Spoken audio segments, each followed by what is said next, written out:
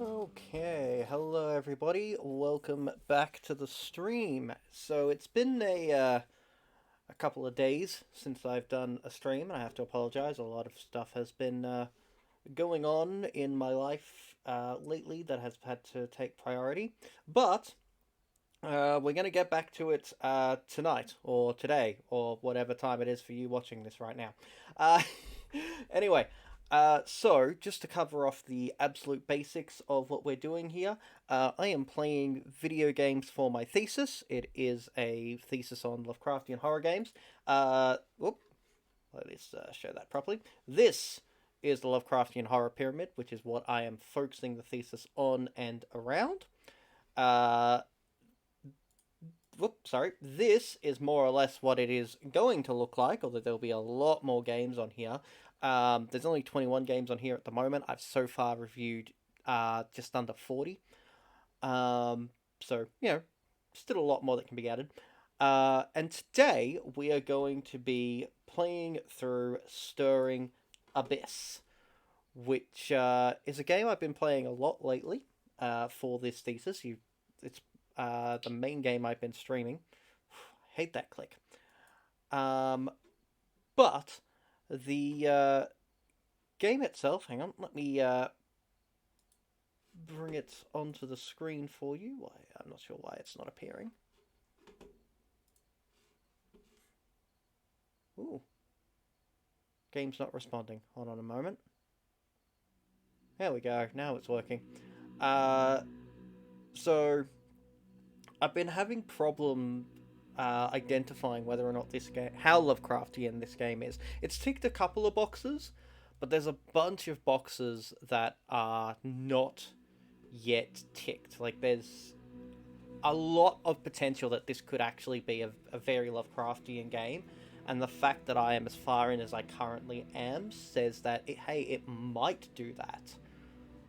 But it's currently got the problem is that while there's a couple of boxes that aren't definitively ticked yes or definitively ticked no, they're looking much more like they're going to be no's than yeses. Like if I were to stop playing now and just review it at the moment, this game would only get 2 or 3 points really as be on how Lovecraftian it is out of a potential of 19.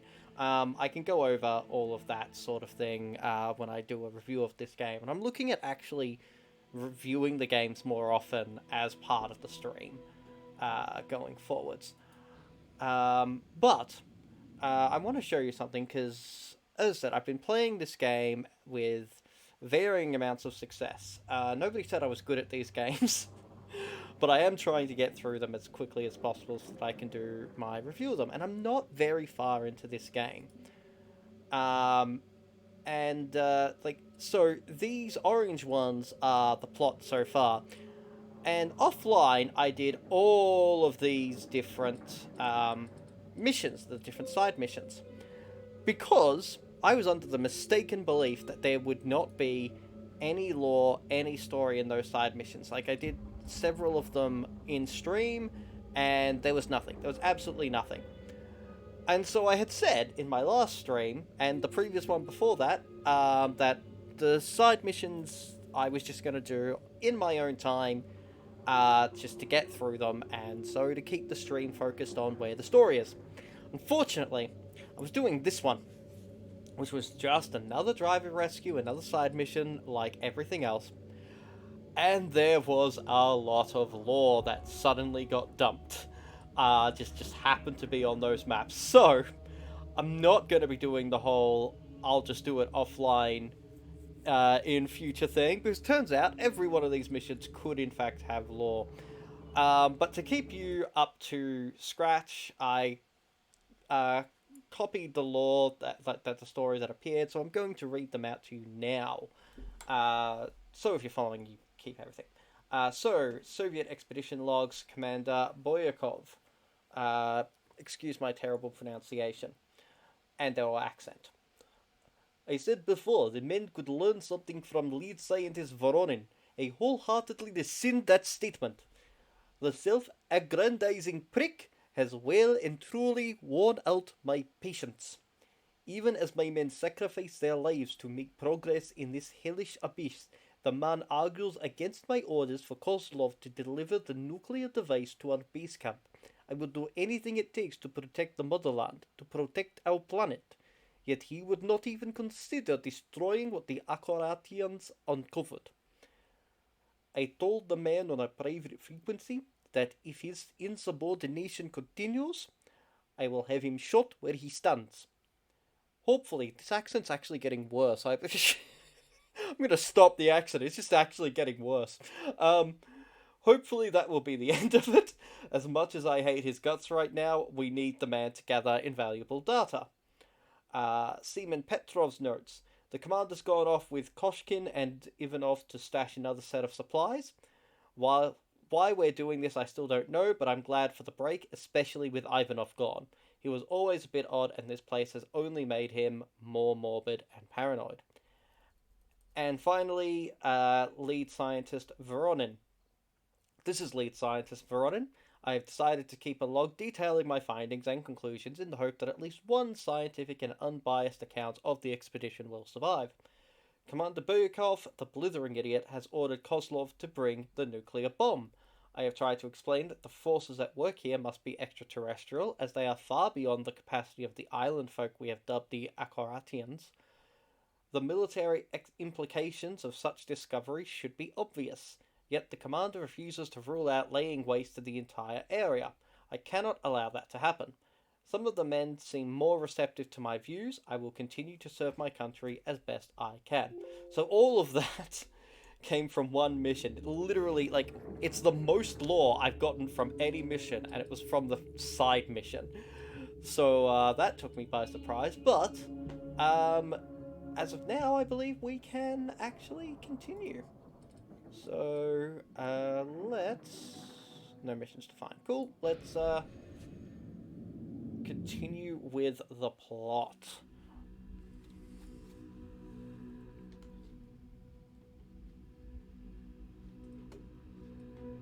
Okay, did I remember to give everybody... Yes, I gave everybody spear guns, and air tanks and everything. Excellent, excellent. So, let's start moving out, shall we?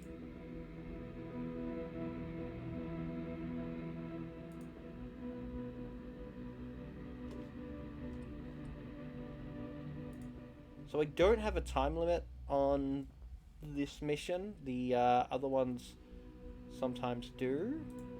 So I'm actually going to have everybody moving together for once. I'm not going to do what I've done on a lot of other missions, which is have them separate and spread out. That's partly because I don't want to lose anybody.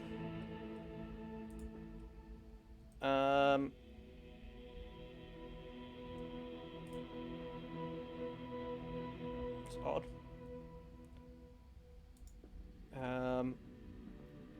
It's mostly because I don't want to lose anybody. There's lots that, like, if I don't know what's coming, which I don't, I just don't want to risk it. Unfortunately, it means that progress will naturally be slower, then that looks like it's blocked off anyway. Yeah, progress will naturally be slower, but it means we are more likely to actually progress. Because this is my, what, third, fourth run at the game now? Like, I definitely like to actually finish the map. Like, just, yeah. I may... oh, no, good, there's still a way to go up there.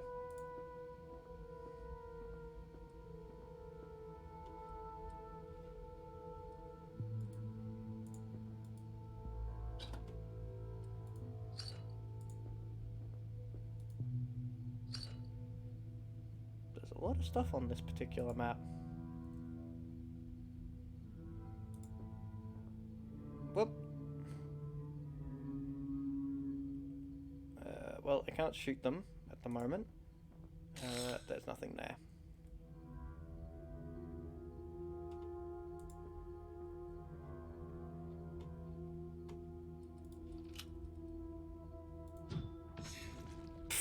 Missed one, shot the other. I have no problem with that.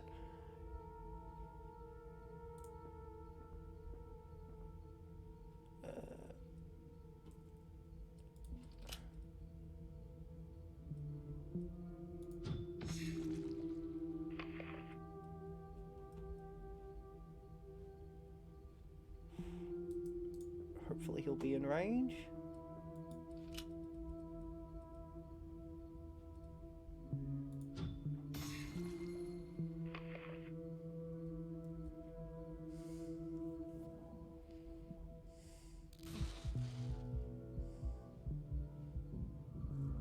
Oh hey, a thing. That's no flare, better check it out. It's always the same line.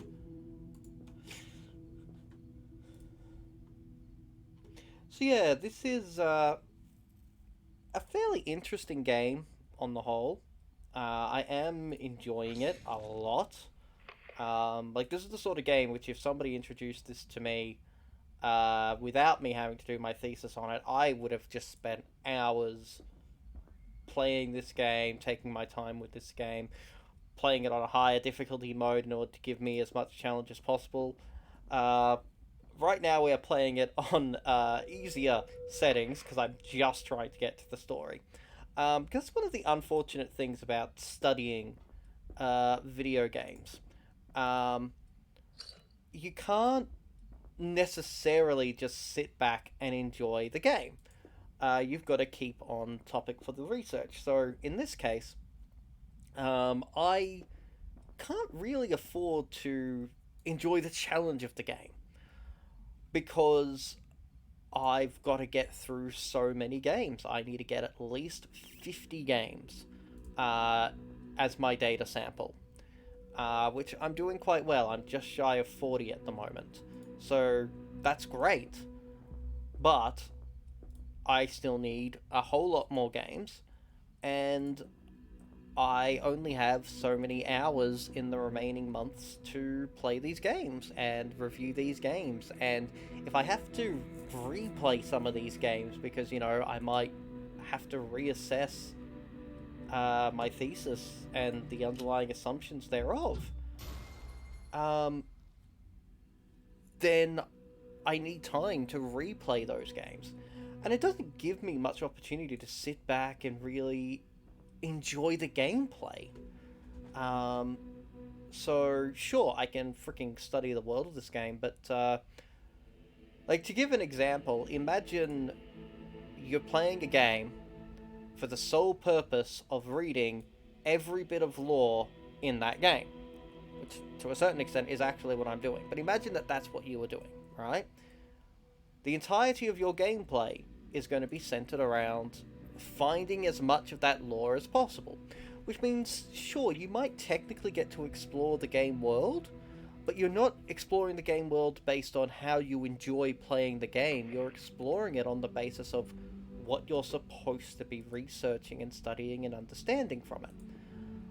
Which, especially when you've got a lot of games to play, can be very limiting in terms of how you play and what you're doing with it. So, as said, in my case, I need to play through this game as quickly as possible, so I'm playing it on easy mode. But I also need to find as much of the lore as possible. So, but I also can't just go, I'm going to do a lore run. I'm just going to go and play hours on end for the lore. Even ignoring the fact that that is a fairly inefficient way for me to try and play the game. Just outright, that is an inefficient way for me to try and play.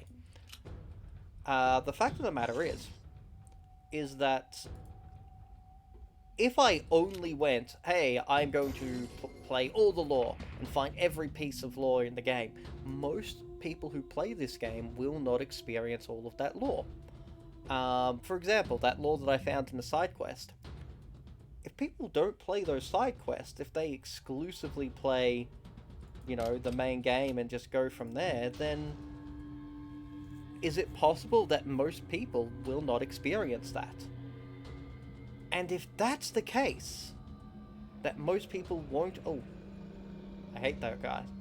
But if most people won't actually experience that part of the game, that type of gameplay, then should that be included in my thesis? Should I be, say, trying to research how speedrunners play the game and what they pull up? Or should I be trying to get every single last detail of what is or isn't Lovecraftian in the game? And that is a legitimate research question that can fundamentally change how I play the game, or even what games I actually play. So, yeah, like, there's a certain argument to be said that if, sorry, I need to shoot that guy. If I am researching the game, I can't really play the game, despite actually playing the game. Which, hilariously, that's its own side, like, its own question in academia. You know, questioning the nature of play and all that sort of thing. But, we're not dealing with that right now. We are currently dealing with, is this game Lovecraftian? Which is much easier to deal with on the whole. Excellent. I stole that thing. I should have sent that guy back. Oh well. Oh, yep, see, there's a law box.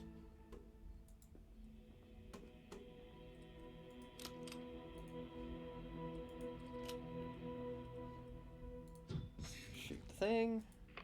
Stab the thing. Stab the thing.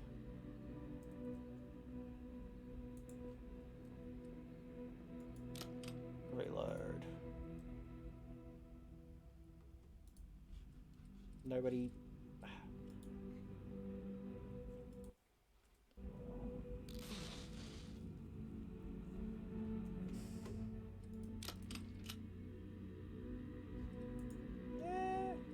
Yeah, let's shoot him.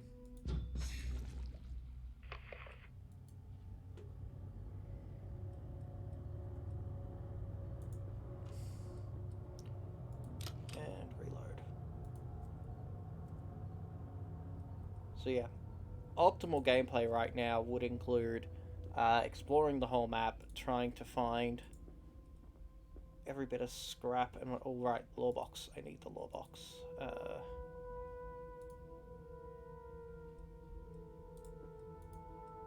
And have you go get it. $10. There's something's gonna burst out of there in a turn or two. And I can't shoot that right now. I can just have him move forwards.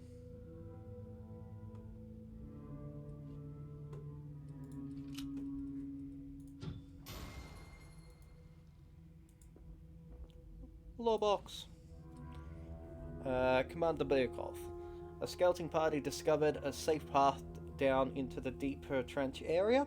It didn't seem worth our time to explore further, but at Voronin's request, I sent Tretiak and Makarov on a brief excursion with orders to document everything they find. Okay?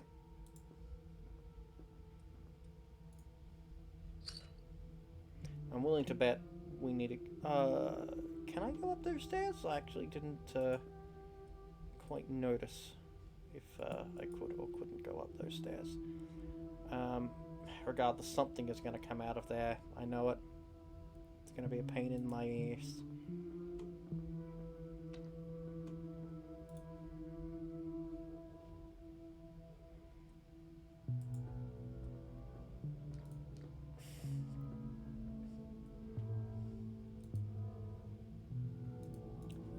Can't you move?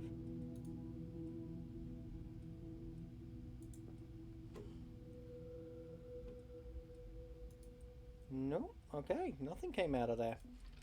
Surprising. And it looks like I can go up those stairs? Yep, I can go up those stairs. So we're going to go up those stairs last, because I expect that that's where the plot is, to be brutally honest.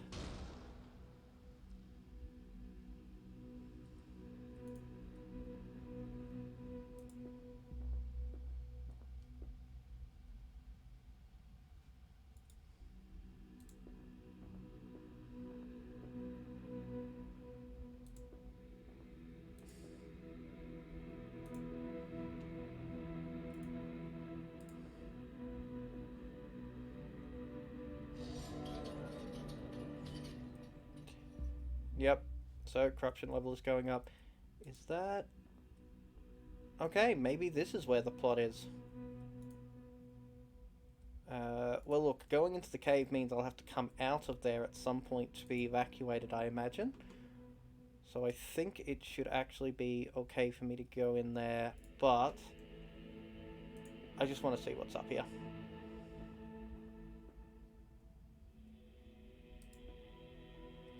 So the rest of them, and again, it should be him. He's the guy who's actually good at going off on his own.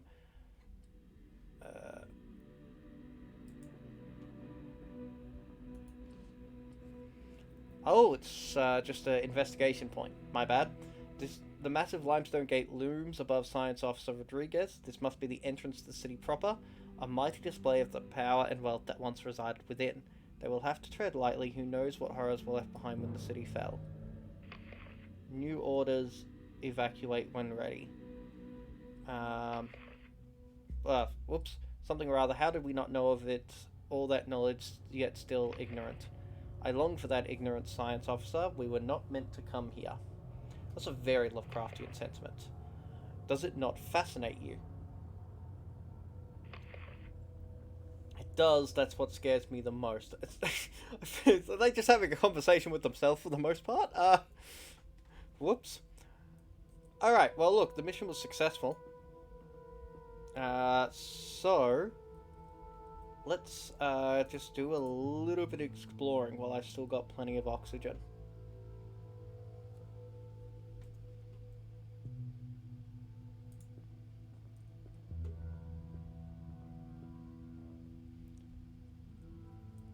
So I've almost finished the submarine. So I'm reasonably happy with that. I don't think that there's actually that much left to develop in the submarine. So a lot of this gear I've got is only really going to be useful for crafting. And I don't know. There might be much more than I think that's going to go into it. But we will see.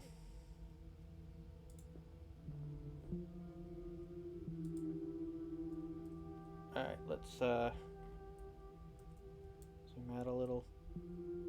So yeah, that was a broken stretch of bridge.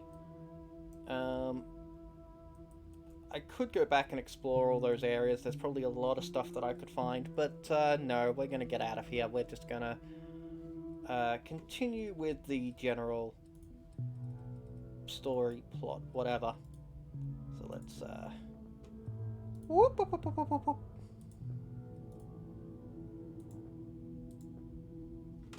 Whoop, whoop, whoop, whoop, whoop, whoop, whoop.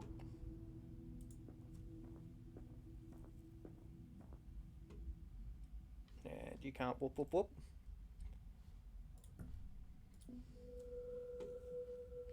Now you can.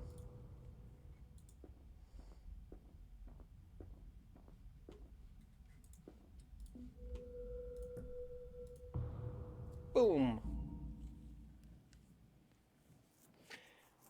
So yeah, I may have missed a little bit of lore, I may have missed a few items, but the mission was successful and we're going forwards with the plot.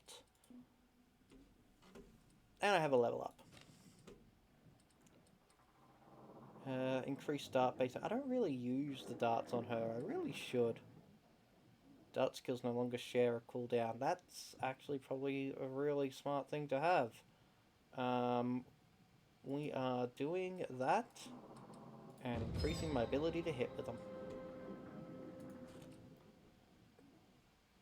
Alright, so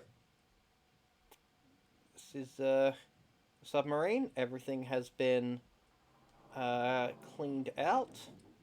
And now what we've got to do is try and get these things sorted. I've got the main ones, so I get lots of healing, I can get sanity restored, I get a clue for every single enemy I defeat, so all really good things. And very importantly, I have an away team of 4, which is honestly the most important thing of the lot, in my opinion. I don't really need to spend resources to level up my divers. So he's max level. He's almost max. She's almost max. He's still got to catch up, but I feel like I've got a better use for my supplies if I just keep them for healing and sanity, which is what this does and the equipment room does. So, do I just want more passive healing? I think I just want more passive healing. I don't really use the sonar. I probably should. I really should, actually, come to think of it. That would tell me if there's other things worth searching the area for. And nobody's died in this run, so I don't need that one. So we're just going to increase my... not enough scrap metal. Damn! I guess... but I should have... I've got 63. Is that enough? No. That requires 80. That requires 80. What about these? Improve spear gun. Yeah, let's improve the base damage of all spear guns. That one. I use spear guns so much. Oh, that's nice. It's another nice one there. Yeah, let's really do ramp up the spear guns.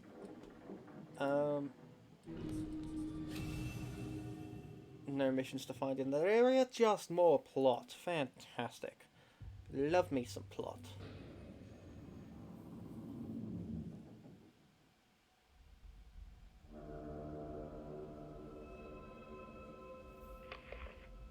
There's something wrong with the signal. It's getting drowned out. Seems to originate from that light. We'll need to find a way through the interference. Okay, so this is probably a defend the seal mission. Like, once I get over there, if I click on it, I'll probably have to protect it against waves. Which I hate those missions. I tend to lose a lot of health on those missions, and I am terrified of losing my crew.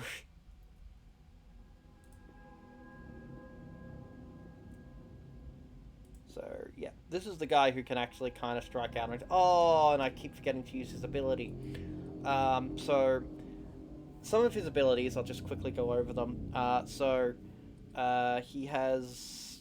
and it's not showing up, but he has a passive ability, which means he's immune to attacks of opportunity. So I can just walk straight through and straight past enemies, no issue.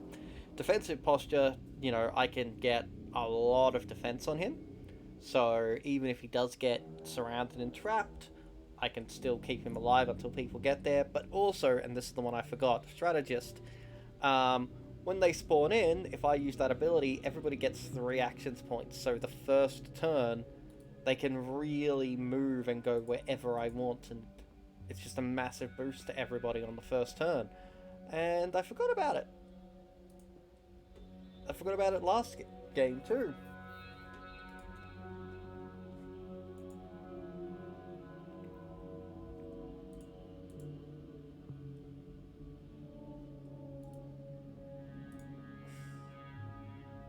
I was half hoping he'd actually find a dead end. That way I had a clear side to go on. But no matter.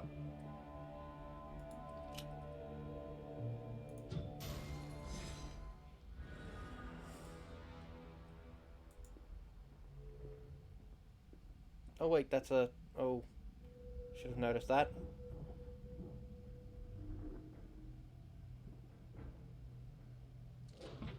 No, neurotoxin. No, explodey dude.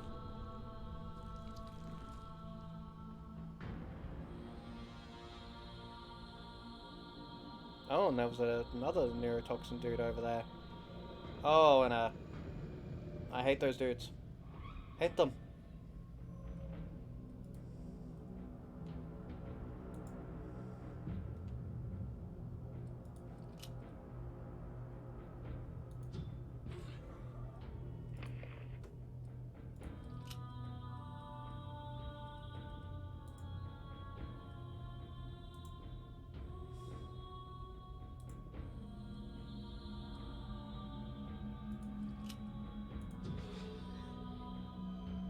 Not quite enough to kill him. You can do stabby stabby. Now he dead.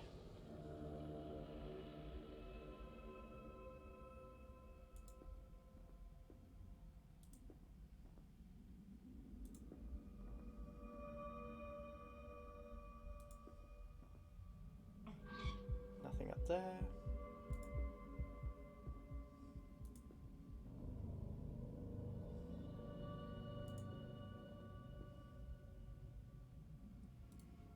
Alright, let's start with this guy.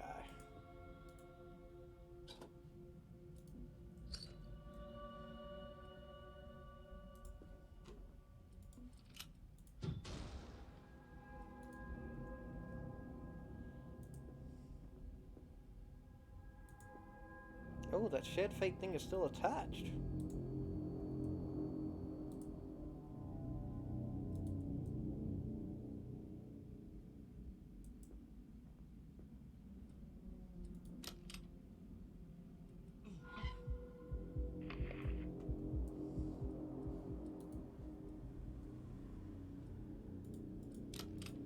Let's have him shoot. Oh, he's out of range. Oh well. I was hoping to get him a little bit more XP, but no. Explore? Nope.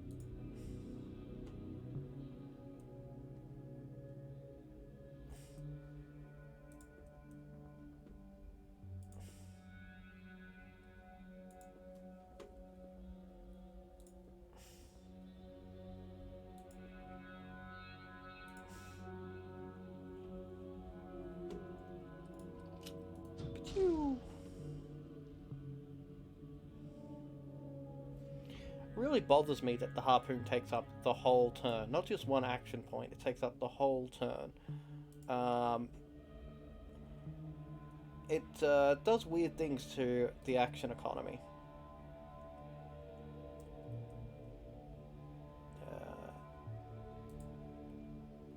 Go this way?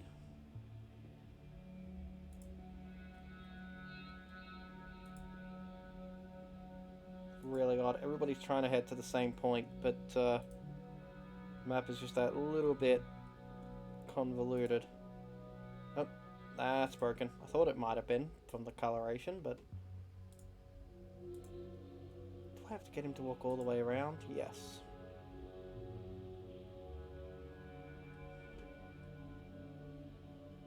One way or another, I'll walk around you.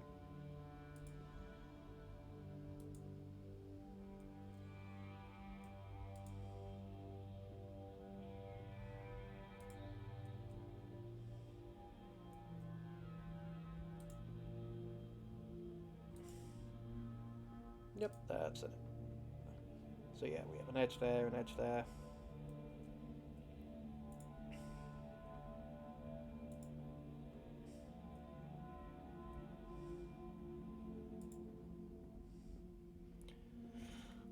What an exciting game. I'm gonna have you try and walk around.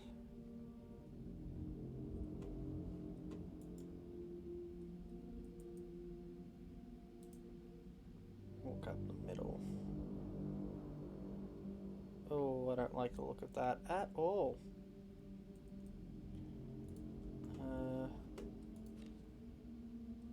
Yeah, we are not clicking that just yet.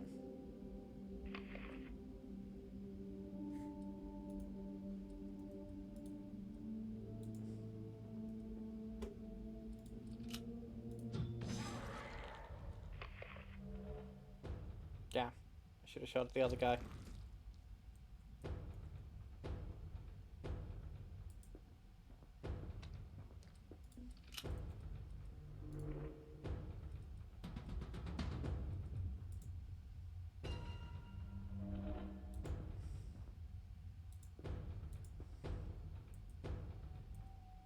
And I guess I'll have this guy walk around. Oh, see? Scrap metal! Death to all scrap metal! Oh, I saw something there to be... There we go, right there. But I am first going to shoot them.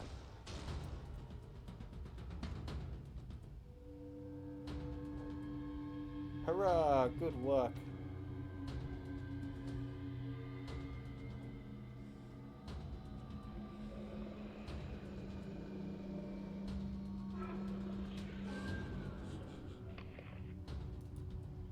Wait, it watches. It's a thing. I see something, some kind of a glow. Alright, let's... Where's that dude? He disappeared. Alright, nope.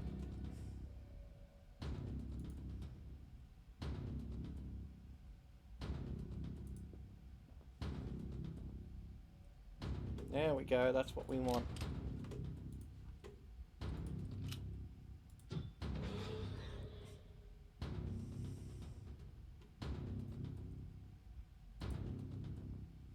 I hate those things. We are just gonna sort of sprint straight past it and hopefully out of its range.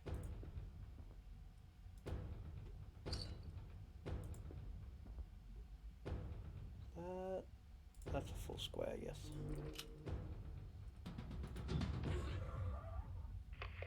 I mean, I missed, but not badly. No, the pain. Oh, the pain. Please don't break my brain.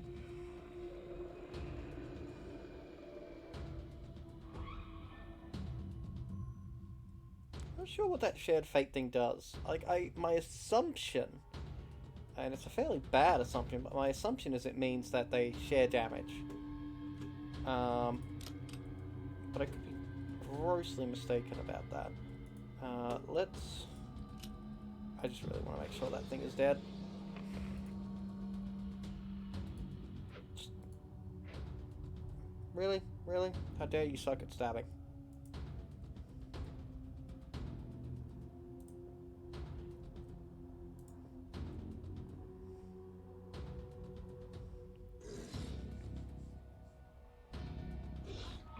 Yep, shared damage. And one of those things. I hate those things. They're not that hard to deal with, I just hate them.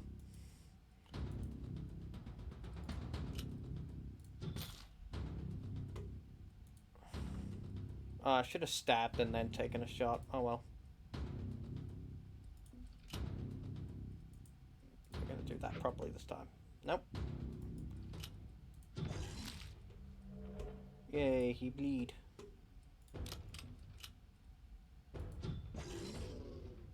Yay, he did.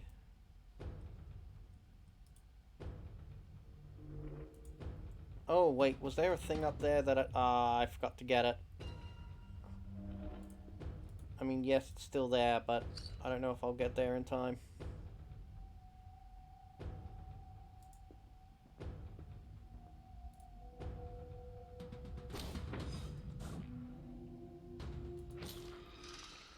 Well, he did. Yeah, it's gonna take me more than 2 turns to get there. So I missed out on that.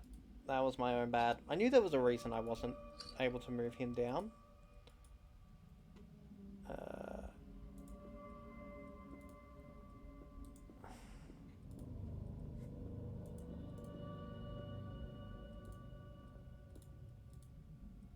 They've all got 1 shot loaded.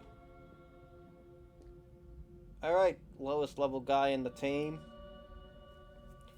Alright, yeah, defend the seal. Braving the precarious walkway, Drake gets a better look at the object that seems to be interfering with the beacon locator. Its location implies certain reverence or importance. But how can something this old cause issues with their electronics? Before he gets a chance for a closer inspection, the crystalline stone comes alive with swirling lights. The instruments on his beacon locator go wild. There must be some way to stop the thing. The familiar voice catches the cook on guard. It swells up from the dark chasm surrounding him, powerful and inexorable as the tides. We fight the same darkness. The seal must be mended. Protect it from my lost children, and your device will guide you again. Can the voice be trusted? Hard to say. They seem to have little choice. Time to brace for impact. Not sure what I did, but I think something here wants to help us.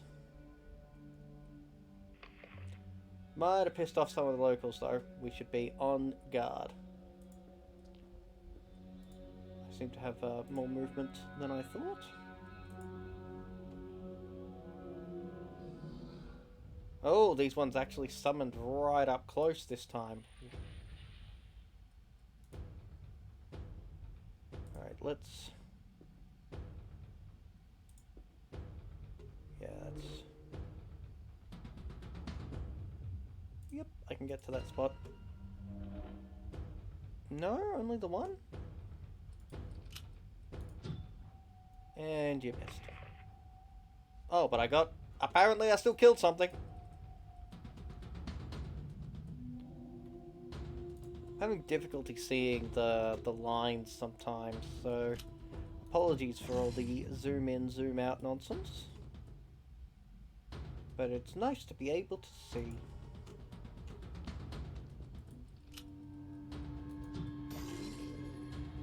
He did!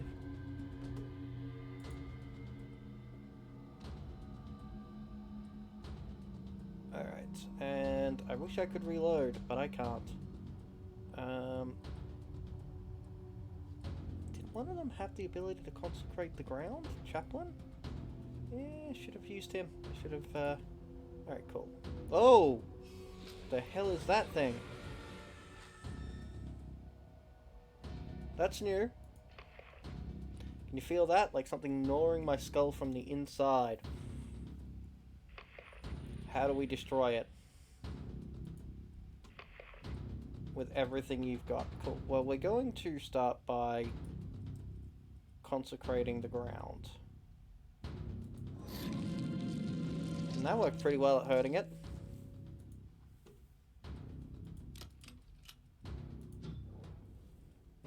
Missed. Missed.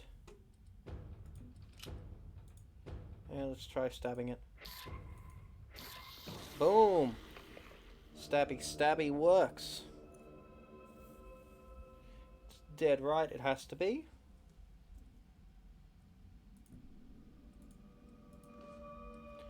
As Kowalski approaches what remains of the aberration, his instincts scream and plead to stay away. It is dead, yet some part of it still lingers, the malignant presence gnawing at the edges of his fraying psyche. No room for cowardice. The more Kowalski can learn of this thing, the better their chances should another be encountered. It is not a physically imposing adversary. Far from it. The creature seemed to draw its strength by draining something from them.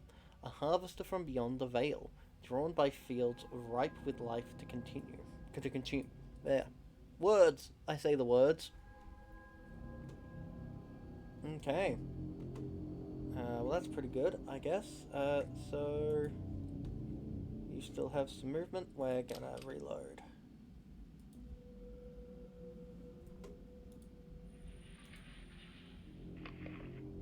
I really hope they don't tell my family I'm dead. Yeah, that's a fair hope. Cooldown is 7. So that's tiny, tiny amount of vine there.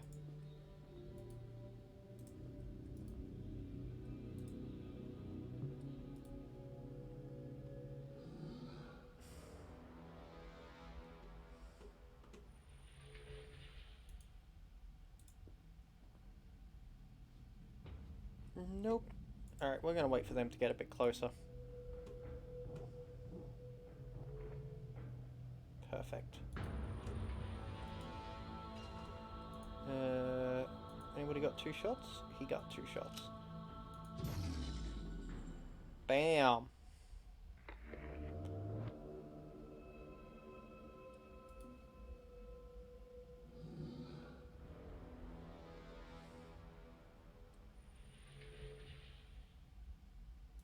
We're almost done. Hey! Bad thing I can't see. You'd think with the height advantage it'd actually let me see further, but nope, apparently not.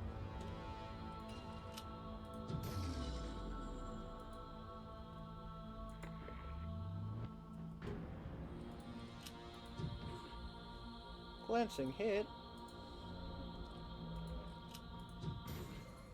Take that, monster from the abyss. Eldritch activity. Alright, I'm definitely going to get that one.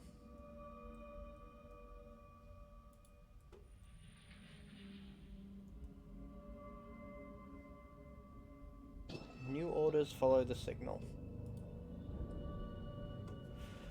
What was shattered has been made whole again. Our primordial power is channeled through the seal. The bargain has been upheld. I will guide you forward, but be warned, the path you follow leads to a darkness older than time itself. A grim warning, but a path fraught with danger is better than no path at all. Without the wiring manual, there is nothing here but a slow, cold death and unmarked graves. Alright, so I'm actually going to take time to talk a little bit about the Lovecraftian nature of this game. So, let's open up the this. So, as said, this is a Lovecraftian horror pyramid. This is where the games are going to end up. But this is the criteria I'm using. And the criteria is basically just going, how Lovecraftian is it? With games that have a lot of these points very high up and very few of these points very low down. Now, this isn't a comment on the quality of the game itself. I absolutely loved Sucker for Loves. I love Darkest Dungeon. I think House of Ashes is a good game. Not a great game, but it could be, like, it's still a good game. And if Fran Bow, I absolutely adored, things like that. Just because they're low on here doesn't mean that they're not great games. It just means that there is less overall Lovecraftian content. But one thing that's really worth talking about, at least a little bit, is the concept of originality. So, Dagon is basically just a direct rip. It's an audio-visual novel. It's all that is. I loved it for a few different reasons, including supplemental details that they threw in, but it's pretty much just, here is an actual book, an actual story by Lovecraft, and we have just given it videos and visuals and some audio. That's it. That's it. It's basically a graphic novel in digital form. Whereas some of these other games, like such as Stygian Reign of the Old Ones, it's just, hey, look, all of Lovecraft's stories are true, and they're all in the same universe, and now we're just going to tick as many boxes as possible and have as many of these things appear in the game as possible. Call of Cthulhu is similar to that, and there's a few other games which kind of treat Lovecraft, specifically Lovecraftian aesthetic, like boxes that need to be ticked. Is there tentacles? Yes. Ticked. Is there mention of Cthulhu or the Necronomicon? Yes. Tick, tick.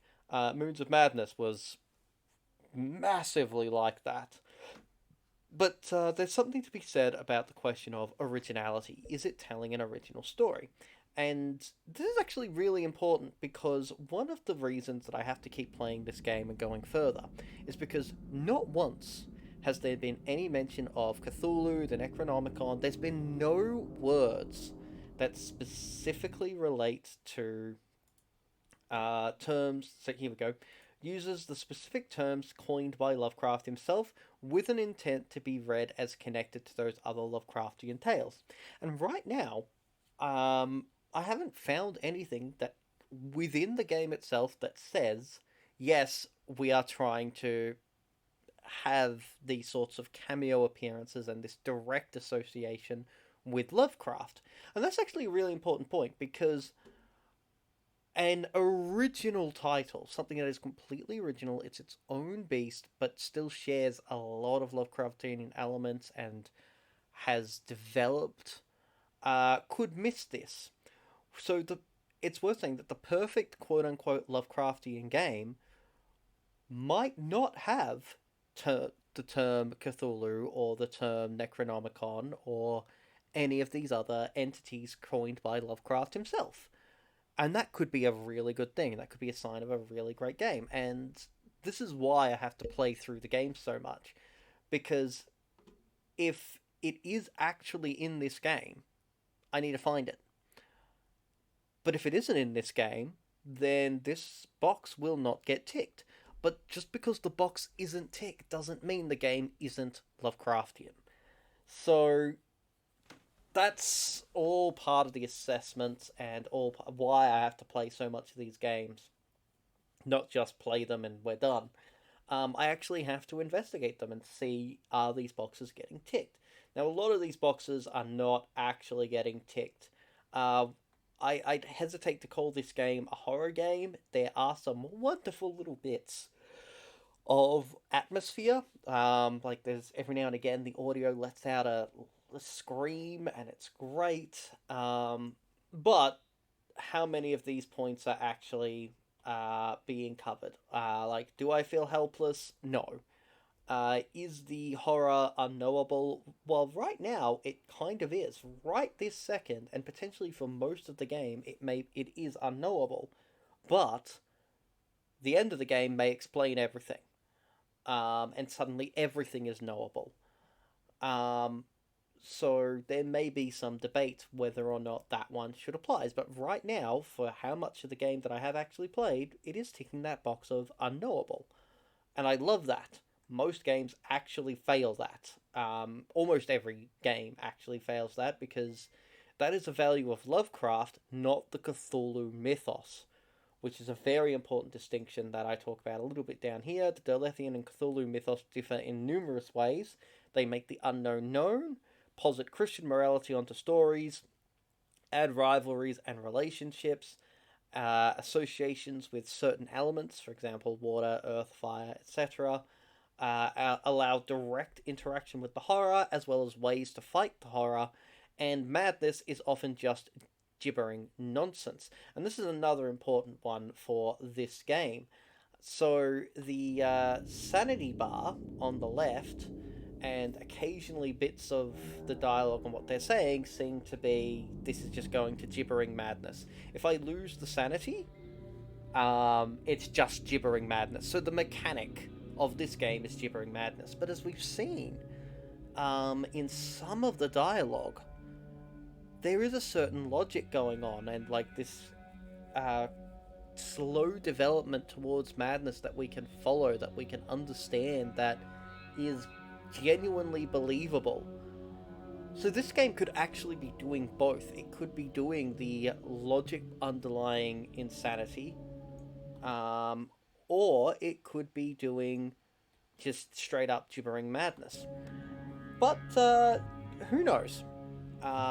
We will find out. In the meantime, let's get back to this. So use the seal to fight off the creeping corruption. Rolling dice time. Hurrah! Actually, that is more than enough, but can I re-roll? No, I can re-roll. Yeah, we're not gonna re-roll. Continue. As the halves coalesce, the waters around Science Officer Rodriguez shimmer with an aquamarine glow. A vision comes upon her. A majestic bull charging over the ruined city, fighting an amorphous foe shrouded in the darkness of the abyss. The shadows around her seem to grow less menacing, and the pressure that has been building in her mind retreats. Rodriguez is resolved to make use of what time has been gained. So, nice! And neg 3 corruption level. I love that. Gets rid of the corruption that we were slowly building up there. Alright, but that looks like we are... hang on. Follow the signal primary... It's not saying that's completed. Is there something... Am I missing something? I guess there's more...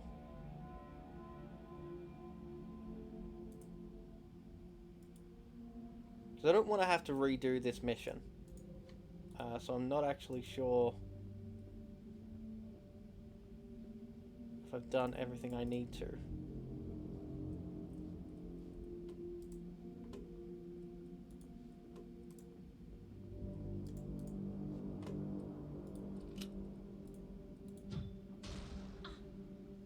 Whoops. Too close.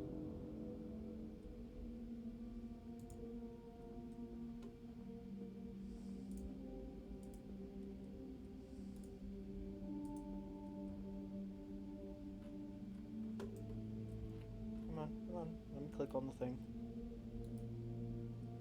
Yeah, there we go.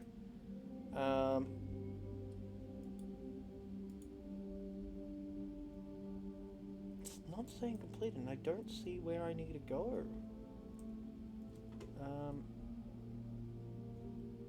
There? Or there? I don't know what these symbols actually mean.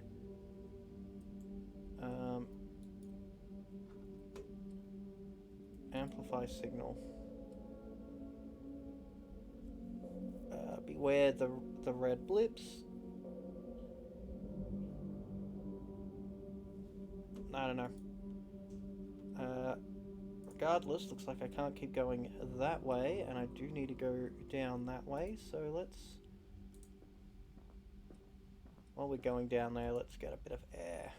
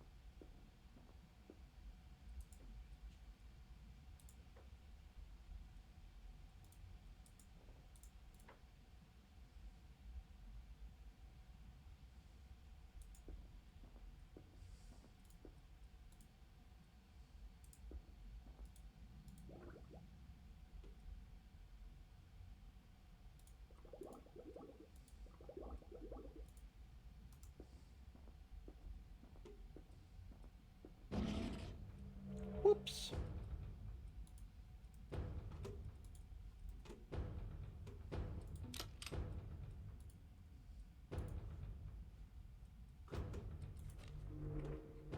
I forgot to get everybody to reload, that's a problem.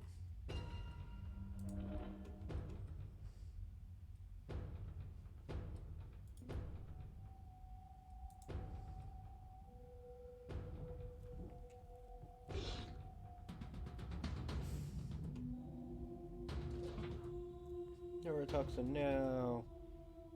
Ah, imagine if I had a spare shot, I would have injured everybody.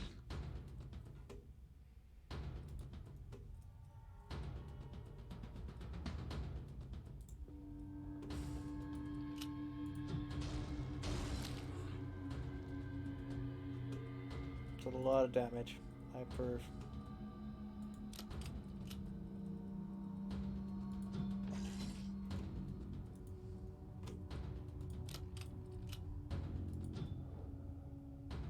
Missed. Missed.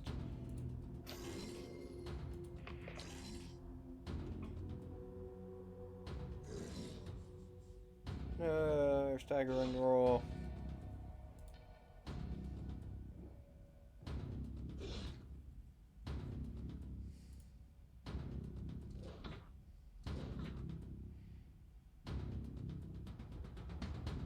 Ow.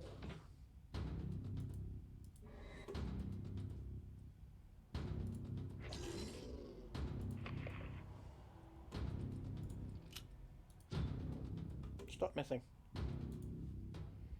You have one job, and that job is don't miss. Ah, that... Really? How did you miss that bad?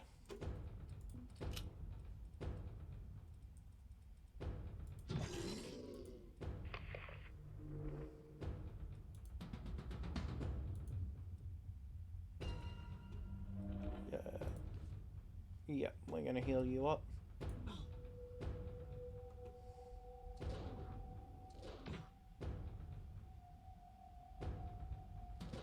How does he have two... Done them and they're two shots?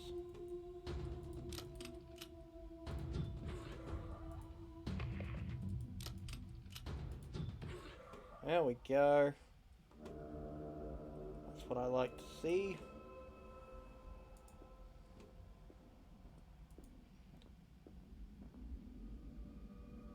Alright, and let's get over here and use my medkit. I cannot use my medkit.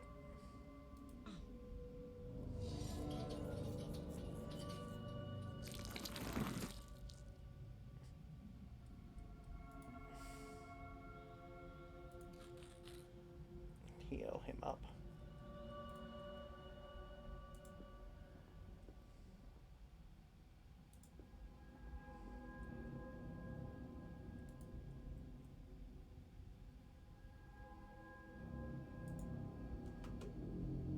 So it looks like whatever I'm looking for is down that way.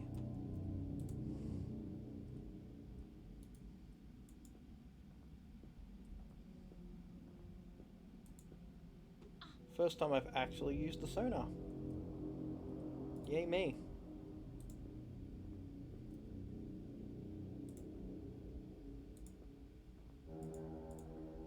Scrap metal.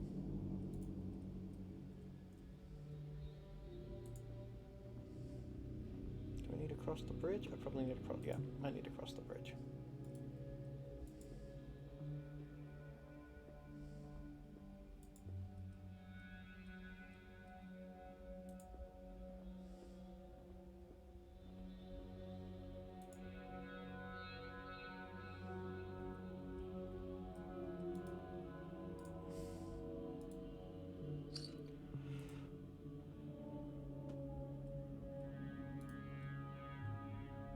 As I said, like, I really do like this game. It is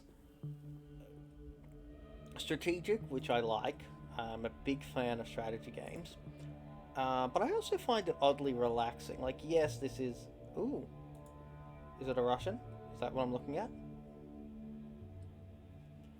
Oh, you're here already. I was just... The voice of Chief Franklin, one of the primary technicians of the expedition, trails off. There is a dark undercurrent to his voice, the tone of a mind adrift in oceans unknown. Everything is fine, we've got the USS Salem anchored nearby. Could really use your help getting her in good enough shape to get us home, Chief. Having a moment of silence, Rodriguez edges towards her lost crewmate. The captain gave me a mission. We heard you on the radio talking about this. Chief lifts his right hand and grasps it. In it, the wiring manual, still in its waterproof container and intact. Science Officer Rodriguez lets out a sigh of relief. Whatever Captain Ashworth is up to, he's left Franklin here to help them prepare for the trip home. Home. She had been afraid to even hope for this. Okay, so this makes absolutely no sense. So, at the start of the game, the crew, everybody that I found, we pretty much just found ourselves out of the ship at the bottom of the ocean. Nobody actually knew what was going on. The submarine was flooded, damaged. Nobody understood why, and it was just like, okay, we need to fix the submarine. We need to find the wiring manual, which this guy had, and we know that the captain was leading us into the temple and so on and so forth, and had gone ahead, but nobody understood what was going on. And now, like, this guy knows everything and nobody's worried about, oh, hey, you know, whatever, like, sure, the captain gave him a mission, we heard you on the radio, good to know they could hear us, why aren't they talking back? Don't know. So, it, like, the only assumption that can be made is that Captain Ashworth could hear us, didn't really bother to check in on us, and just had this guy going, yeah, I'm just going to leave this dude lying around somewhere, and if the crew happen to find him, great. But, like, how long has this guy been waiting around here? How much air does he have? How much, like, what the hell?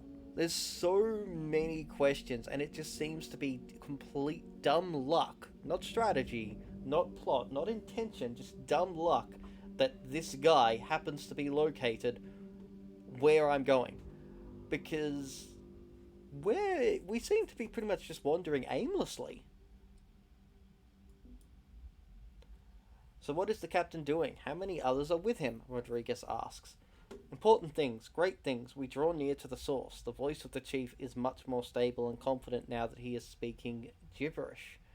What the ancient ones saw, all will see, what devoured them. Rodriguez interrupts, assuming a commanding tone.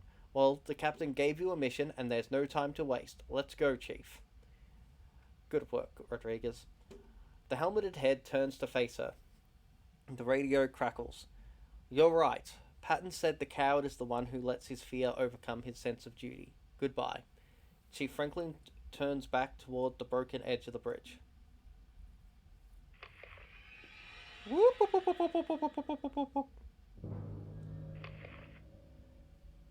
damn it, why I hate this place, what it's doing to us.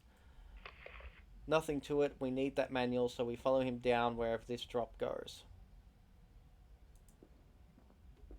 So yeah, this is one of those things which, right now, it looks like it makes no sense. If the game is actually following a logic behind insanity, which is a genuine Lovecraftian concept, if it is following logic, then when we dive down there, we'll find out this is why he dropped. This is why he lured us into this thing. But otherwise, it's just like complete nonsense. It's just like, aha, I just dropped down here because I'm crazy. Like, evacuate when ready. And yeah, I am hoping that the correct answer is not I'm crazy. Because that happens way too much in these games. It is a very anti-Lovecraftian concept, but almost every single game that claims to be Lovecraftian just goes, I'm crazy. Really does. And that's the difference between logic in madness and gibbering madness. One is, they're crazy, so we can say anything. And the other is, no. It means something. They're not crazy at all, or they only look crazy because they have this information that the rest of us don't, and they haven't worked out how to communicate it. Yeah, there is a significant difference. Also, one of them is ableist and the other one is not. There's one in every company, gain sanity when killing an enemy, or immediately gain a mutation. So the mutations are very powerful. Yeah, we're going to gain a mutation. I want to see what that... Hang on, before we do... I believe there was something... There we go. When selecting mutations, choose from 3 options instead of 2. Well, I can't get that one yet, unfortunately. I could try and save up for it, but I think I might grab this one just to more or less guarantee a good option with this guy. So, spontaneous mutation. We're gonna up that. Alright, let's have a look. Transfigured by a blasphemous force, the body sprouts a writhing tentacle, grabs the target in a crushing embrace, pulls it to an adjacent tile, +4 base melee damage, unable to use spear gun. We are not using that one. Oh, there's a refresh option. That's cool. Reality mirror. When coming under attack, reaches across dimensions to return the favor, reflects a percentage of all damage taken back to attackers. That is nice. And that's just another extra damage. Okay, so I could refresh. It costs 3 clues, but I could refresh.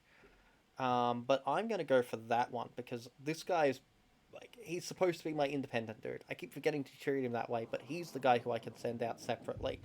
So that would be really nice on him.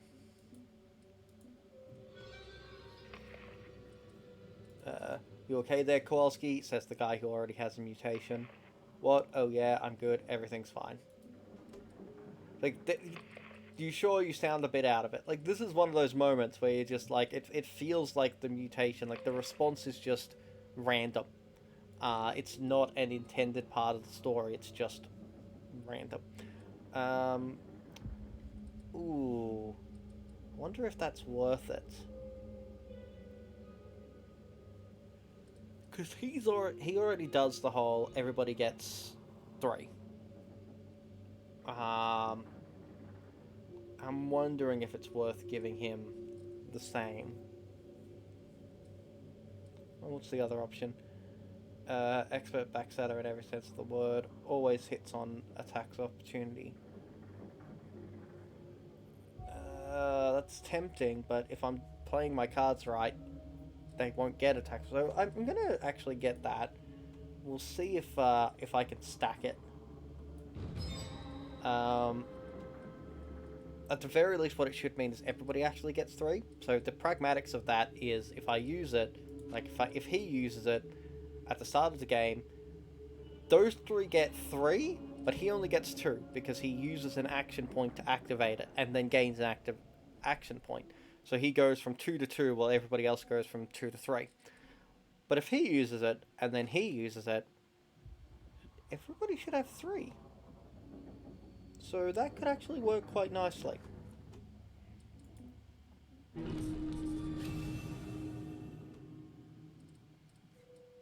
So yeah, this is one of the things that I don't understand. Like, you know what I was just saying about, you know, we're just randomly wandering aimlessly. I mean, the first mission we did tonight, they found those gates. And it's just like, ooh, we're going to go through those gates. But then we didn't go through those gates. Like, those gates are going this way, and we're going this way. Like, we seem to be going in the opposite direction of those gates. Whereas, if we were following a logic behind this game, probably would have gone through those gates, or somebody would have said something about, hey, we need to track the signal that's over here. They would have said something building up to the next bit of the story. But now we've just gone, yeah, we're moving away from the gates. We're now going to go do something else. Soviet cache. You know what? We're going to do a Soviet cache right now. That sounds like it's probably going to have lore implications that are worth exploring, and then we can come back for the dive underwater. But again, why? Why is that an option right now? The guy just dropped. Logically, we can't afford to spare the time. From a story perspective, we can't afford to deviate and do side quests. We need to follow that guy. But we're going to deviate and do side quests, because this is how the gameplay works. And it's one of those moments where the gameplay and the story do not actually interact. The story is just an overlay? Really? Like, if you just removed every story element from this game, the game would be pretty much identical. Alright, recover the expedition cache before self-destruct. Well, that sounds terrifying. Alright, let's try the strategy thing.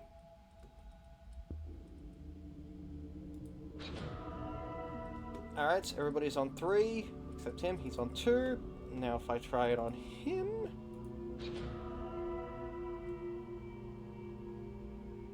Didn't work. Well, that bites. Didn't even work to preserve his. That surprised me. Field notes. So, lead scientist Veronin, field notes on the white tendril. Like growths we have encountered with increasing frequency, there is a strange fractal-like pattern to the substance on both the macro and microscopic levels. The white surface we see is only a shell encasing another substance within. I have been unable to sample this marrow as soon as it... I've been unable to sample this marrow as soon as it comes in contact with the water. It reacts violently and forms more of the shell material. Unverified reports from 2 sailors who claim to have seen the material come to life and attack a jellyfish that was hovering above it.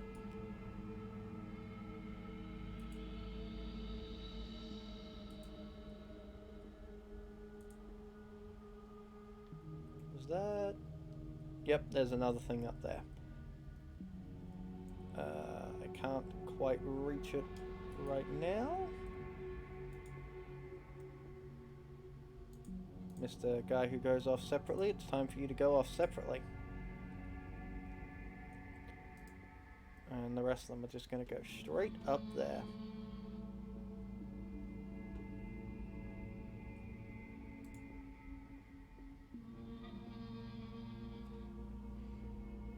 I do find it hilarious that they can literally share the same space. I just find it amusing.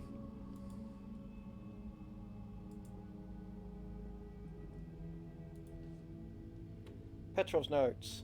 The commander and the men with him never came back. Senior Lieutenant Kozlov is dead. Voronin is in charge now. I won't say more than that. I just want to go home.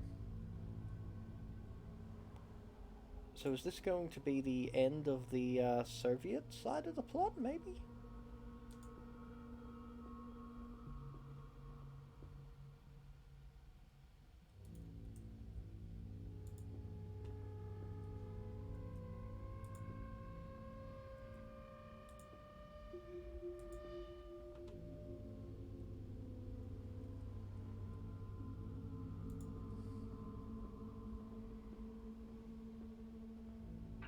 I mean, I guess that's it.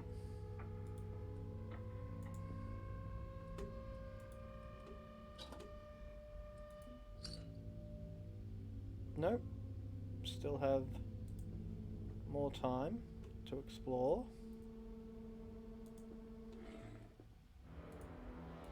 Ah, no action points. No. Why did it zoom out like that? I literally told it to zoom in and instead it zoomed straight out.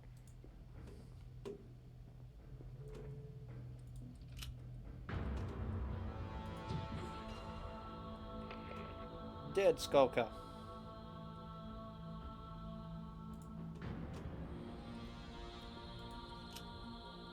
Fire 2!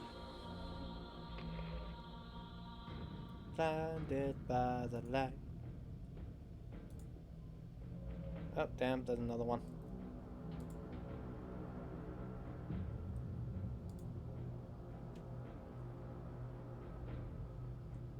No objects of interest.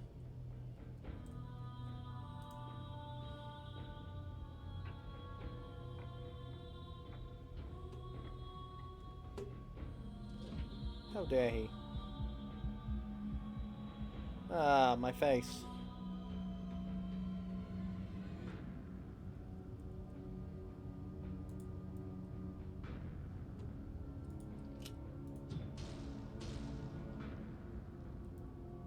Well, definitely was something down that way.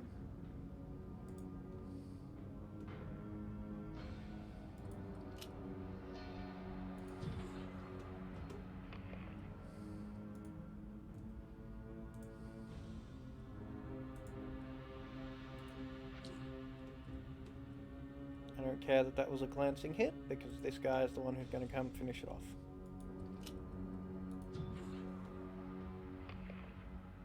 Oh, I forgot that was there. I'm glad I didn't shoot it, because I would take a lot of injury then. Aha! Don't worry, Kowalski, you got this.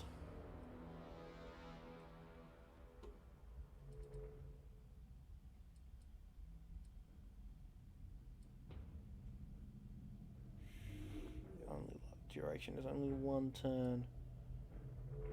I'm going to use it. Gives them time to come in close contact.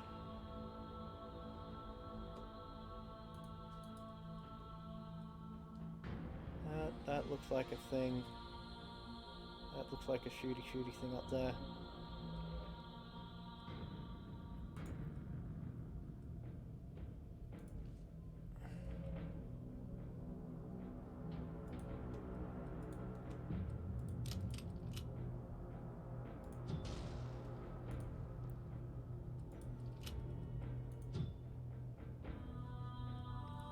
How are you not dead?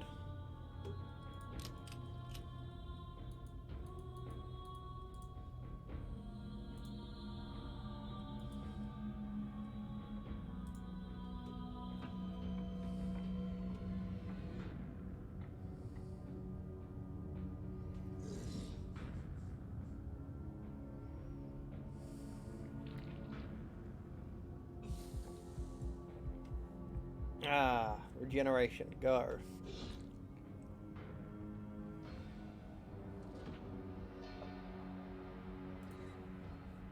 Oh, I lost an action point. Why? Oh, that's a problem.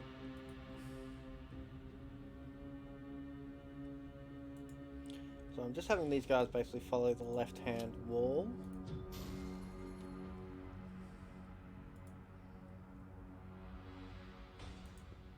Perfect.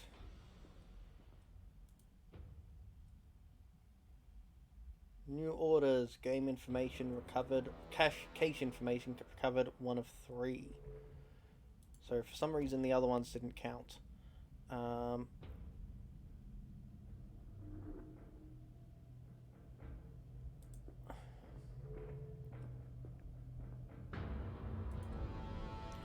Another shrine to the bull deity, still claiming to be an ally and offering boons, but at what cost? Okay, so gain worlds of power, gain void marrow. So we don't actually know what either of these are, but given that we have the same amount of disadvantages and the same amount of advantages. So I'm not entirely sure what these all mean. We are going to just go for the gain Void Marrow. Target is 9. That's... Oh, nice. I can't even re-roll most of them anyway, so we are just going to... The Shrine lies dormant once more. It's power spent, +1 Void Marrow. So I don't know what Void Marrow is used for. So it's hard to understand how to value these things. It's not a bad thing, by the way. Like, that's part of the exploratory game mechanics. I learned these things through playing.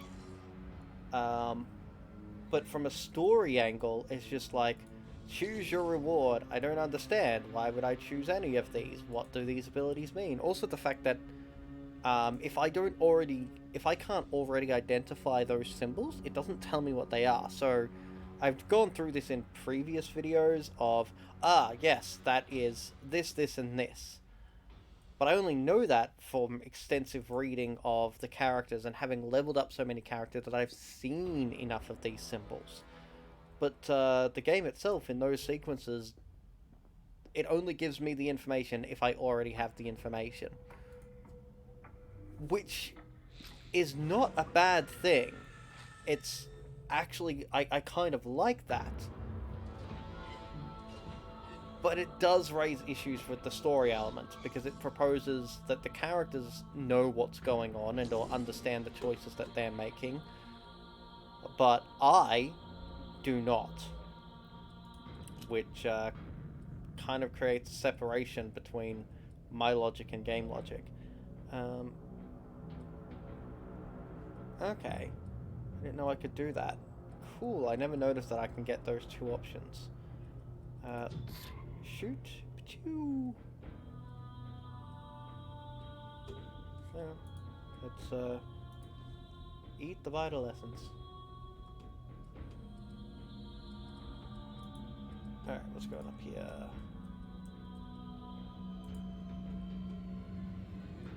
We hate those vines.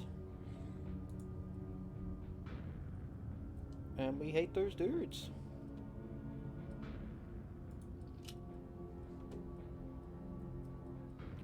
Hate that dude most of all.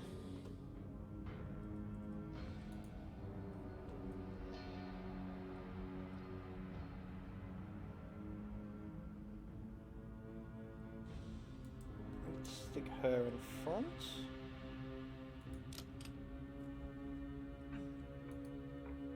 I did that totally wrong, didn't I? Oh well.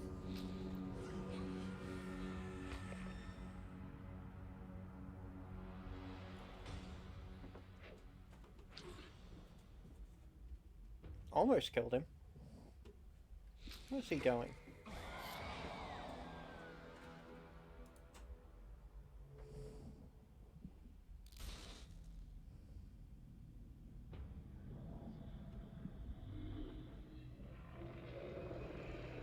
You evil one.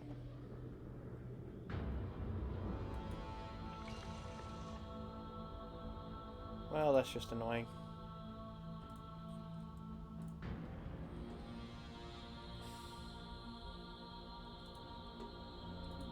Alright, let's just start with that.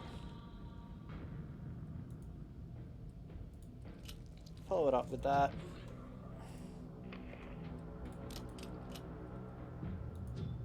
And that.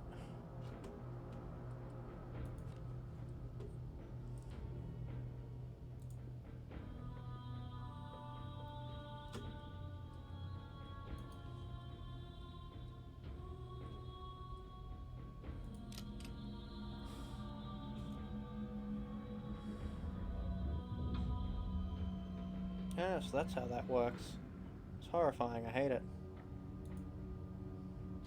I actually really love it. It's a good... What the... Okay, that's new.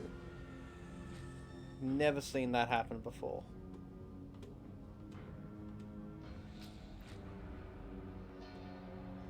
Apparently they're attacking each other? Or is that healing him? I'm not actually sure.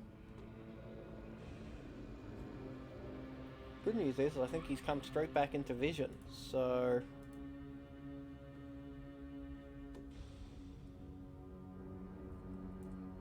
Where's the copper? Can I pick it up from here? No? How are you not dead? You're on 1 health.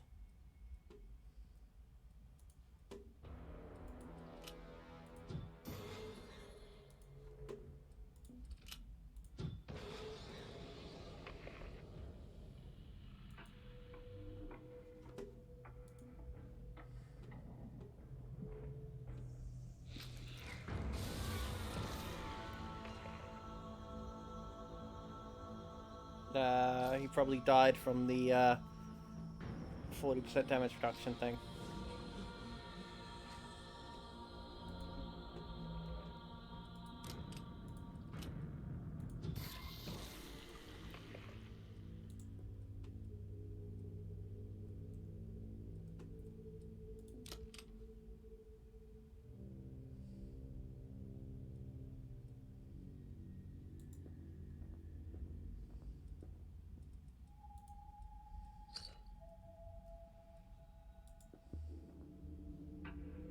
That looks like a Soviet info cache.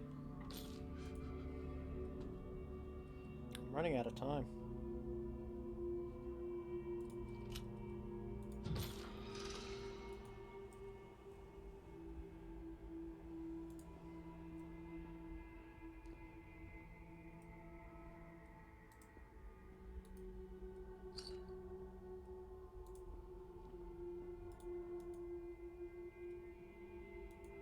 That's 2 of 3.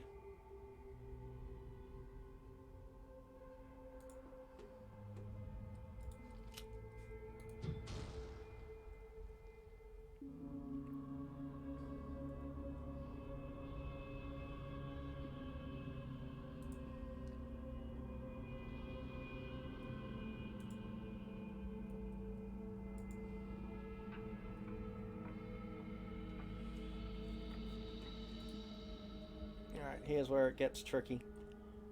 The third cache could be anywhere. So, let's try and eliminate the options as much as possible.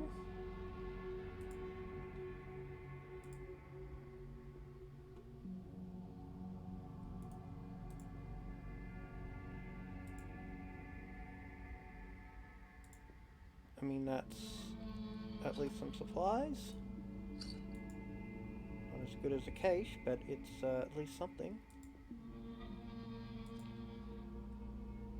There we go.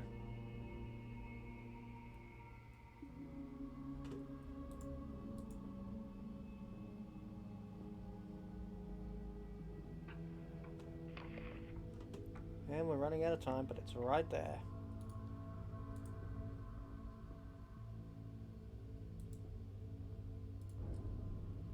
Cache is tightly secured. Typical Soviet paranoia.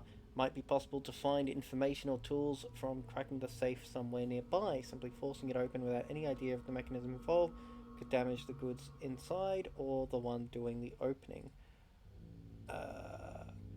So yeah, that's what I was saying earlier. I don't actually know what most of these things mean. Like, slippery, I know, is the I am immune to attack of opportunity one. But I've got no idea what either of those are or what they mean, and I think that one is the I get extra hit points. I'm not actually sure. Yeah, like this lineup only makes sense if you already know, or if you've played the game enough to know what it means. So it feels kind of arbitrary and unfair, but not too unfair, because the information does exist, I just haven't played it enough to know it. But in terms of looking at it from a story perspective, what does that mean? That I should expect my characters know and understand all of this? At which point, when it comes to things like mutations, do they already have that knowledge? What? Let's have a look at that. The generator appears to be in perfect working condition. The Soviets must have been here recently, and it appears the expedition has not faced the same level of misfortune and adversity. Might as well make use of what they've set up. Some lights will be a welcome change. Alright, I've still got 2 turns, so I can afford to try and check that out first. Alright, we have located a suitable site for the first supply cache. The men do not understand the need to set up outposts. They are eager to be done with the mission and headed home. Their ignorance is for the best. Not one of the crew could comprehend the importance of our mission or be trusted to keep it to themselves after our return. I have ordered Koshkin to secure the supplies in accordance with the strictest protocols. Someone or something has been lurking in the shadows, watching our steps. I will not risk having the cache ransacked. Alright, who is this? Ah, it's my level 6 dude. You can go there and be prepared to crack it open. In the meantime, let's have everybody else do some exploring. Just in case maybe there's something else worth finding.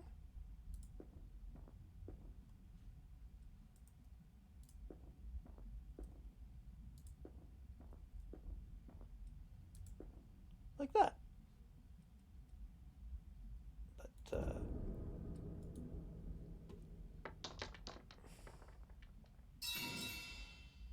oh, that was good. That was good. Okay. I am not gonna re-roll. I don't want to risk anything. And we got past the main breakpoint, so I'm happy. Safe is cracked, but not all of the supplies within are recoverable.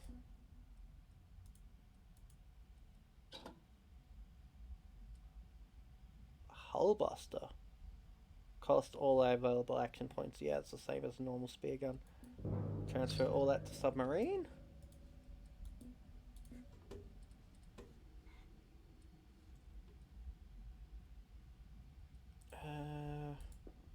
Just gonna have it move.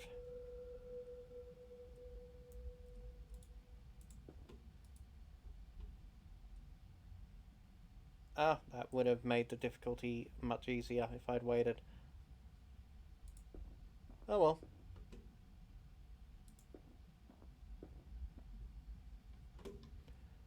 Alright, let's get out of here. Bam, bam.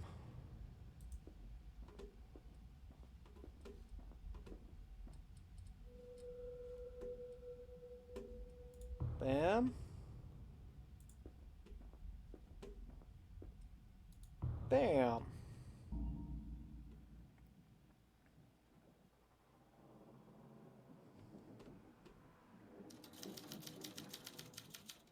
Mission successful. I got most of the stuff.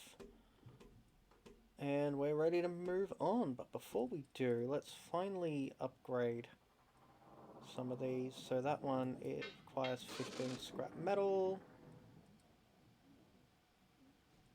Probably should...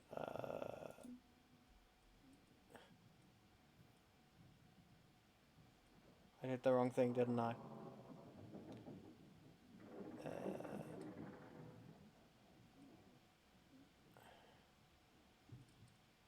Okay, that just gave... Okay, no, it's fine. I just need to make sure I do those 3 for the remaining ones. So let's amplify the sonar signal. That one's that, and... Bam! Everything.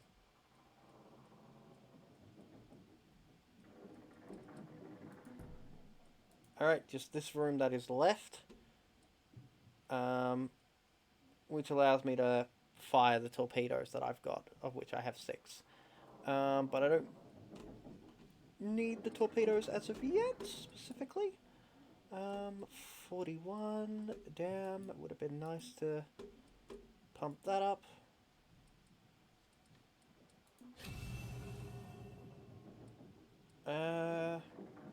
Yeah, we can afford to do that. If I can get the harpoons upgraded before we go deeper, would probably be best. I won't get the torpedoes before we go deeper, but at least another diver.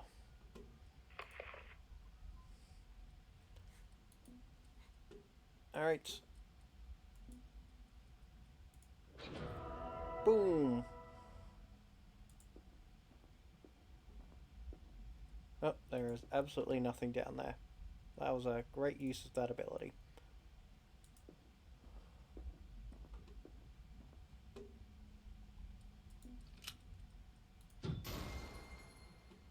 It's a dead thing. I'm actually just going to have everybody spread out. We are just looking for a diver. This should not be a particularly dangerous mission, in theory.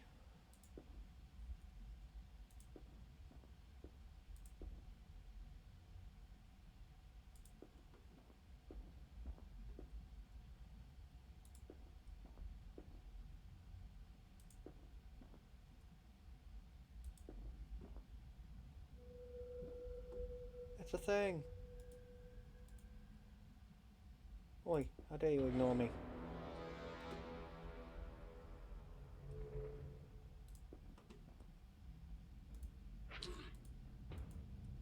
Yeah, should have had at least another stab. What is this?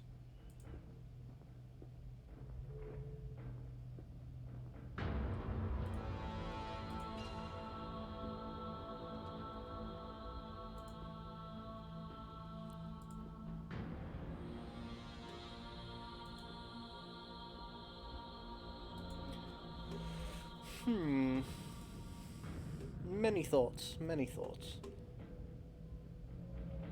And one of those thoughts is, oh god, no.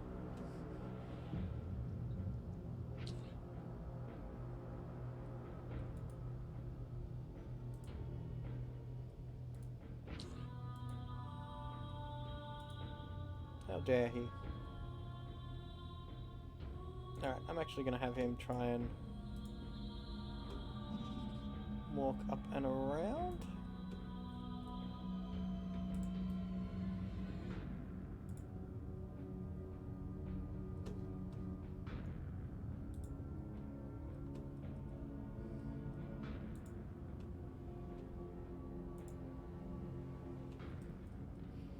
Soviet box. Ivanov. It was Ivanov, the treacherous bastard. I will not be making it back to the motherland, but I write this last entry in the probably vain hope of ruthless justice for my murderer. I knew he was crumbling. The boys they draft these days, they're all the same, growing soft in the peace brought by our blood and the graves of our brothers. That's why I brought him along, in Koshkin, to keep an eye on him. I should have never turned my back.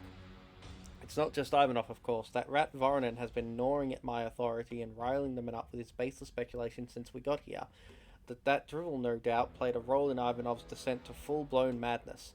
That's what the Admiralty gets for sending civilians, and that's what I get for not putting a bullet in the man at the first sign of insubordination.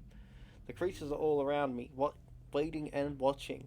Maybe they plan to use me as bait. One thing is certain, the first one to come at me while I still draw breath is coming with me to the grave.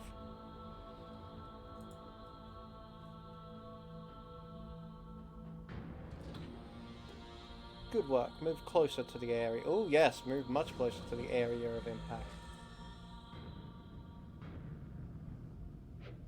Damn! Stop shooting at me. I'm not too worried about him because he's got regenerative properties, but still.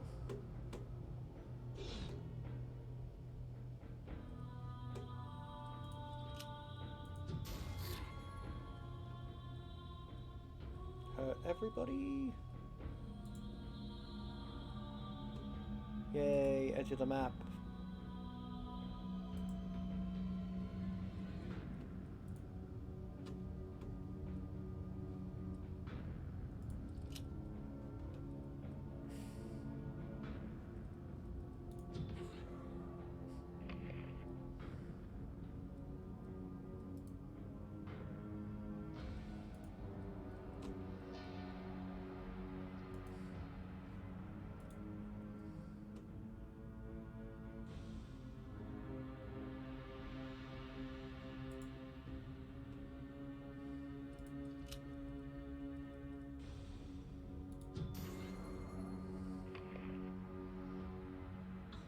Those neurotoxins get very annoying.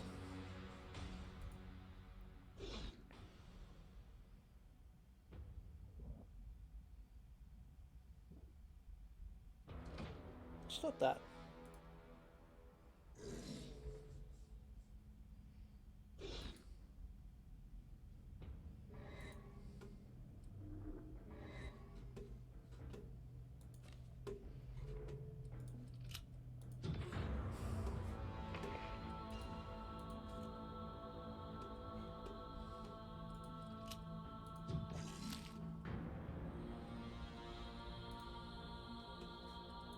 Shame you're not the one in melee combat. That would make things so much easier.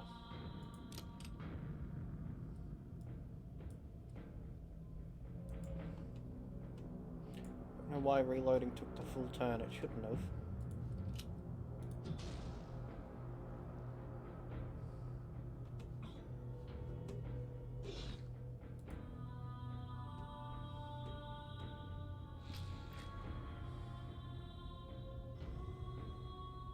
Spectral Aegis plus 28? What does that mean? Is that like a shield or something?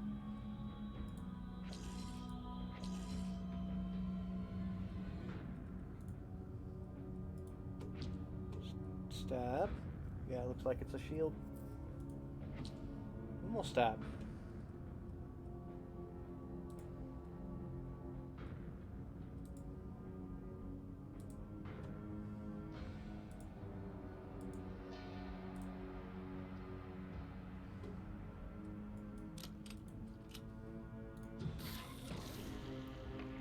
And dead. I do like how it just sort of closes up. Just, it dies, retracts its legs.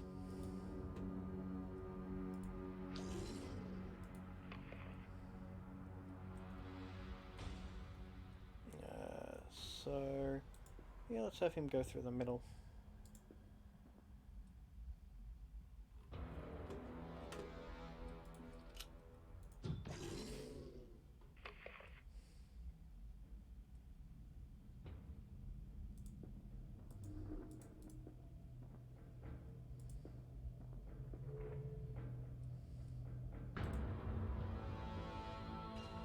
Oh, that's right, this mission is looking for a diver. And there he is. Alright, let's have everybody else move around first. So we're just going to shoot that.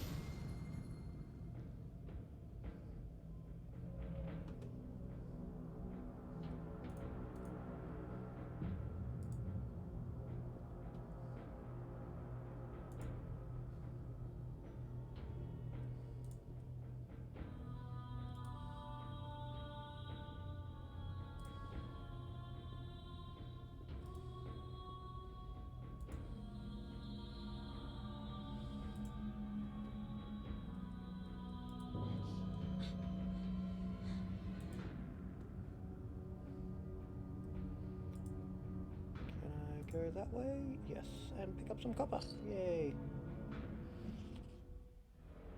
Oh, one of them. Perfectly positioned, right in between everybody. Ah, but I hate that one. Alright, let's see if I move him there. Ooh, Soviet case there. He's reloaded.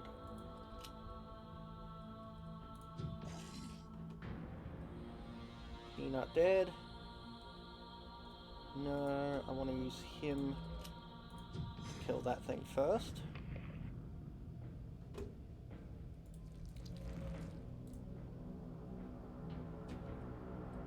That's what I want to be. And I missed. Oh, I didn't notice it did that. Oh, sorry, buddy.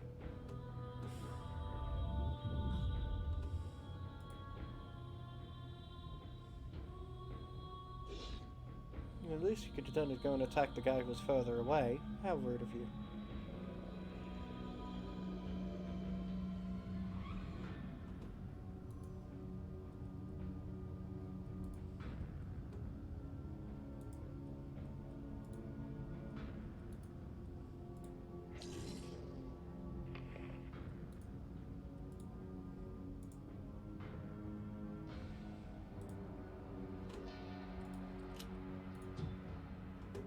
Missed? No. And... missed. Missed? Yeah, what he said. Come on, get it together.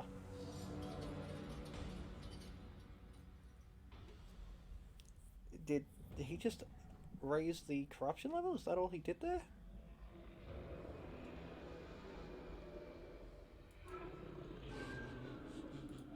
Sanity, no.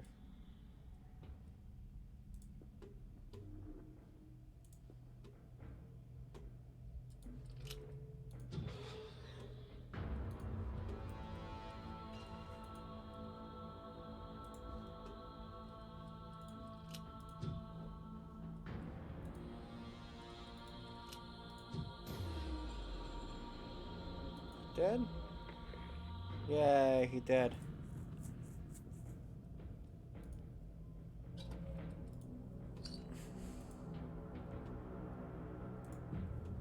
Okay. Let's get these people the hell out of here.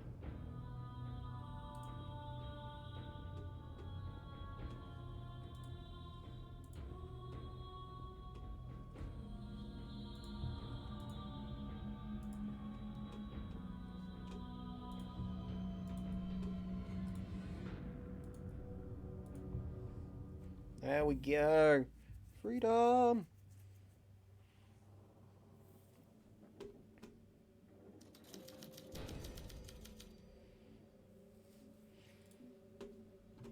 Okay.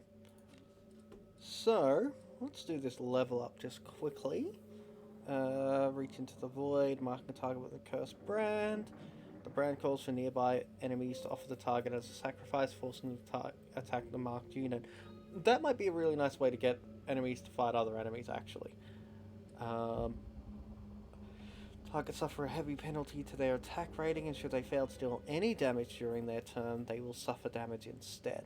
So don't like that one, because that one relies on the hit on miss chance, the existing hit on miss chance of the enemy. So I think I actually like that one best. Let's roll with that. So I've gotten a whole heap of characters now. Hey, you've got a level up. That's nice. That's because I can level them up with supplies. They're maxed out, and he's on 4. He's working his way up. Alright, let's have a look at this. So, fire a spear gun at the enemy, can hit other targets nearby if the projectile misses the intended target. But it is 54 to 69 versus 30 to 36. So that is nuts powerful. I am 100% giving that to him. And the reason I'm giving it to him is because it means I can prioritize these two as my main damage dealers. Him for ranged and just regeneration. He is good at surviving things. And him for going on independent sorties. But yeah, that looks pretty solid to me. And just to cover the base, let's...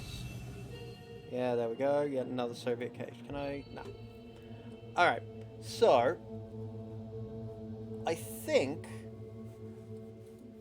we might end the stream there for now. I'm not sure how long I've been playing for. It might be an hour or two, or I'm not entirely sure. I didn't take note of when I started. But it feels like it's been a pretty lengthy stream so far. So I'm going to take a bit of a break, and I'll probably come back in a few minutes where we will continue either with another cache or continuing the plot. So I will go, and I will see you shortly. Thank you for watching.